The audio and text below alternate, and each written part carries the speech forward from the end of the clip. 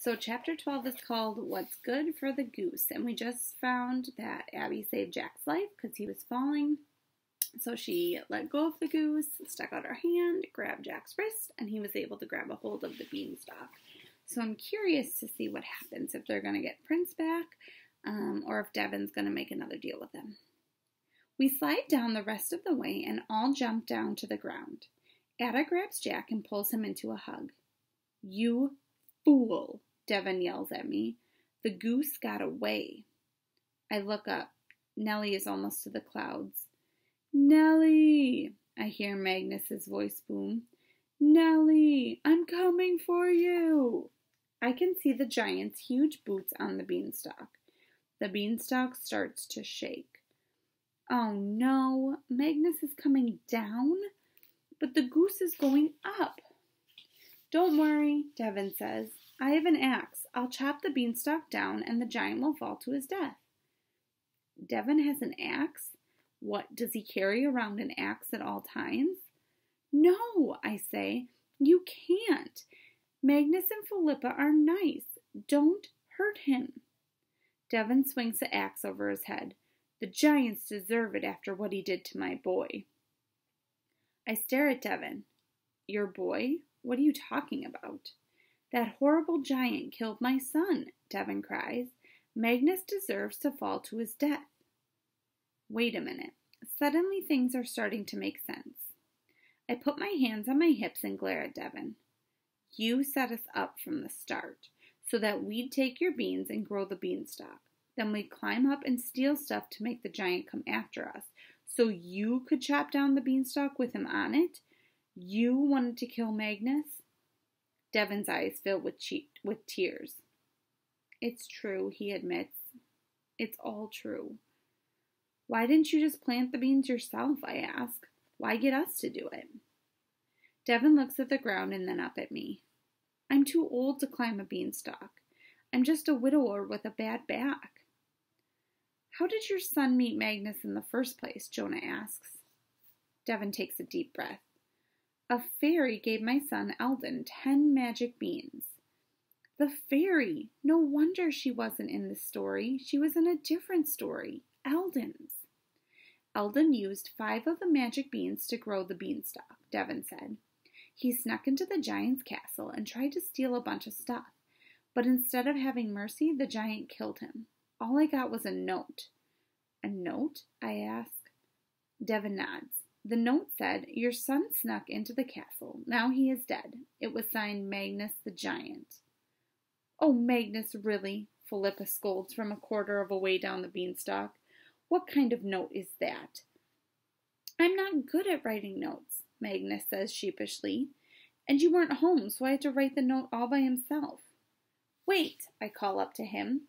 "What happened that day, Magnus?" "I smelled the boy in the castle," Magnus explains. "I didn't want to eat him, but Philippa told me that was wrong years ago and made me promise I'd never hurt a human child. I kept my word." "Liar," Devon yells up. "Then how did my Eldon die at your hand?" "Not at my hand," Magnus responds. "The boy was trying to climb into the cabinet to get my gold coins, and he fell from the cabinet to the floor. That's quite a distance for a human boy." "That's true. We know that firsthand." "I heard the thud," Magnus continues. "I knew he was dead, and I felt terrible, so I wrote a note and then buried him myself." "Oh, poor Eldon. Poor Magnus."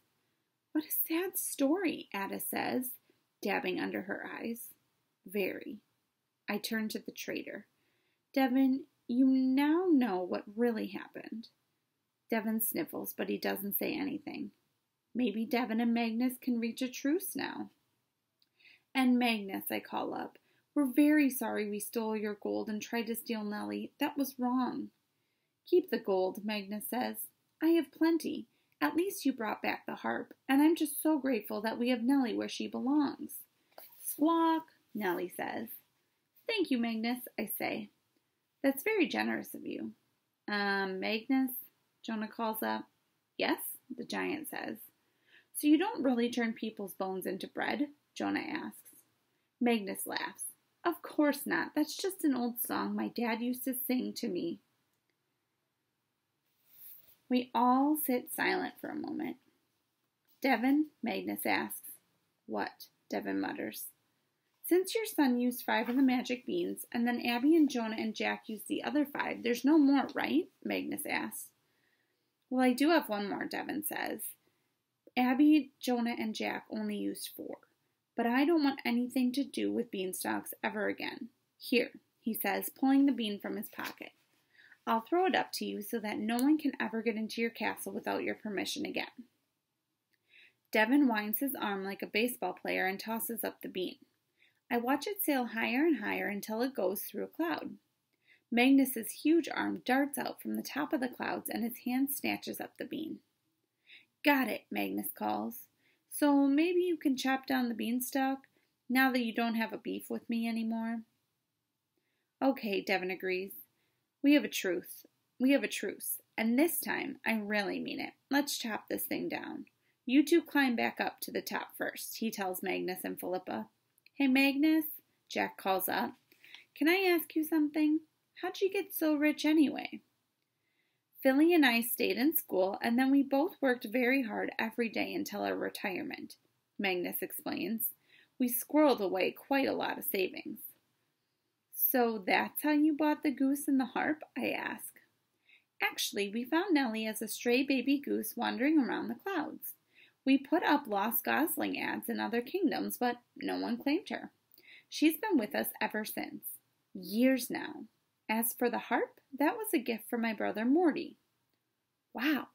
So Philippa and Magnus really did come by all their wealth honestly. I'm so glad we learned the truth about them. The beanstalk shakes as Magnus and Philippa make their way back up through the clouds. Okay, we're on a cloud walkway, Magnus shouts down to us. Bye, Magnus and Philippa, I call up to the giants. Thanks for understanding. Bye, dear, Philippa calls back. Devin picks up an axe. Eldon sure loved chopping wood, he says. I gave him an axe for his birthday. Tears well in his eyes. Oh, Ada says. There, Devin. You take a breather. I'll chop down the beanstalk. I've been chopping wood on my own for years. Ada takes the axe and gives the beanstalk 5 good whacks. It comes falling down in the far side of the field with a thud. I'll chop it up a little every day, Ada says. Maybe we can make pottage out of it. Or a fort, Jonah suggests. Ada smiles. We'll see. Well, Jonah and I better get home, I say, looking at my watch. I turn to where Devin is standing with Prince. Finally, Prince is ours again. Come on, Prince, time to go. It's almost 7 a.m. there, and we don't know how to get home. Where's home, Jack asks. A place called Smithville, Jonah says. How do you get there? Another magical beanstalk? Ada asks. No, I say, but it does involve magic. We need to find a regular object that turns purple and swirls. Let me know if you see anything like that, as soon as possible. The 3 of us have to get going for real. Devin steps forward in front of Prince. Sorry, but you can't take Prince. You still owe me something for him. He's got to be kidding after all this. Devin, come on, I say, my annoyance bubbling over. He lifts his chin. The giants have their riches, and Nellie the goose.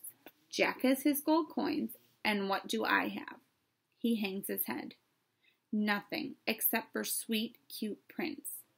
He kneels down and scoops up Prince, petting him and cooing at him. That is our dog. We don't have anything to trade you for him, I say. You saw what happened with the goose. Oh well, Devin responds. I'm very sorry, but like you guys said, a deal is a deal. Come on, Prince. Time to go home. To my house. Devin starts to walk away with Prince in his arms. Prince looks back at me and Jonah. Ruff, ruff, he barks, tilting his head to the left and then to the right. But Devin keeps walking ahead. No. Uh-oh. That seems like a big problem. And here's the deal. We only have 2 chapters left. So chapter 13 is called The Right Stuff, and chapter 14 is called Dilemma Time. So we are almost done with this book. The thing is, I'm wondering what's really going to happen. Are they going to get Prince back, or are Abby and Jonah going to keep Prince in this fairy tale land with Devin? I don't know. So now we know that the problem with the giants is fixed and that the giants were really nice people and didn't mean any harm. It just happened because think of that's a big fall, right? So we'll see you back tomorrow for chapter 13, and you can even finish the book with chapter 14. So see you guys.